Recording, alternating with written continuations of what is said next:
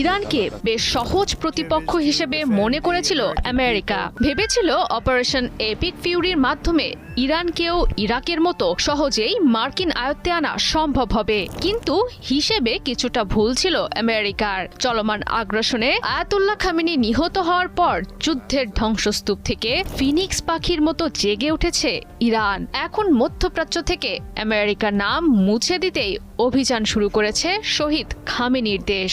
আমেরিকাই হয়ে উঠেছে ইরানের মূল টার্গেট। রিয়াদের পর ড্রোন হামলা চালিয়েছে আরব আমিরাতের দুবাইয়ে অবস্থিত মার্কিন কনসুলেটে। ইরানের উদ্দেশ্য একেবারেই পরিষ্কার, মধ্যপ্রাচ্য ভূখণ্ডে বসে ইরানের বিরুদ্ধে আর কোনো নীল নকশা বাস্তবায়নের সুযোগ দেওয়া হবে না যুদ্ধবাজ আমেরিকাকে। 72 ঘন্টা ময়েশ্চার লক সমৃদ্ধ লিলি বডি ওয়াশ, শিয়া বাটারের গুডনেস স্কিন রিপেয়ার করে রাখে সফট ও গ্লোয়িং। গেল মঙ্গলবার সন্ধ্যায় হামলার পর সংযুক্ত আরব আমিরাতের মার্কিন কনসুলেট থেকে কালো ধোঁয়ার কুণ্ডুলি দেখা যায়। উদ্বিগ্ন জনতার অনেককেই এ সময় নিজেদের মুঠোফোনে আগুন ধরে যাওয়া ভবনটির ভিডিও ধারণ করতে দেখা যায়। আন্তর্জাতিক বার্তা সংস্থা CNN জানিয়েছে, মার্কিন কনসুলেটটি সংযুক্ত আরব আমিরাতে অবস্থিত মার্কিন দূতাবাস থেকে প্রায় 1 ঘন্টার দূরত্বে অবস্থিত।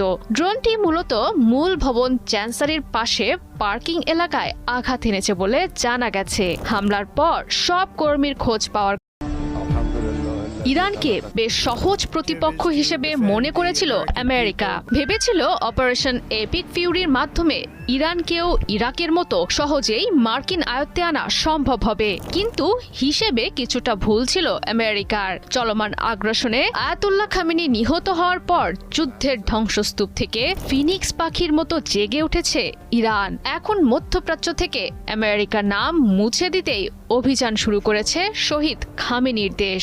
আমেরিকাই হয়ে উঠেছে ইরানের মূল টার্গেট। রিয়াদের পর ড্রোন হামলা চালিয়েছে আরব আমিরাতের দুবাইয়ে অবস্থিত মার্কিন কনসুলেটে।